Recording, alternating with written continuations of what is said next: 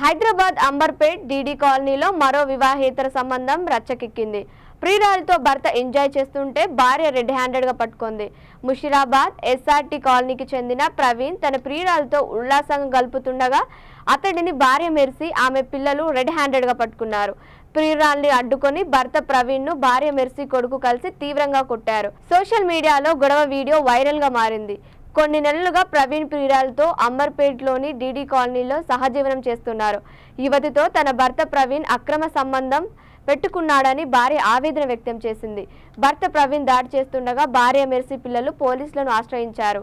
ఘటనా స్థలాన్ని చేరుకున్న అంబర్పేట్ పోలీసులు ఇరు వర్గాలను సముదాయించారు.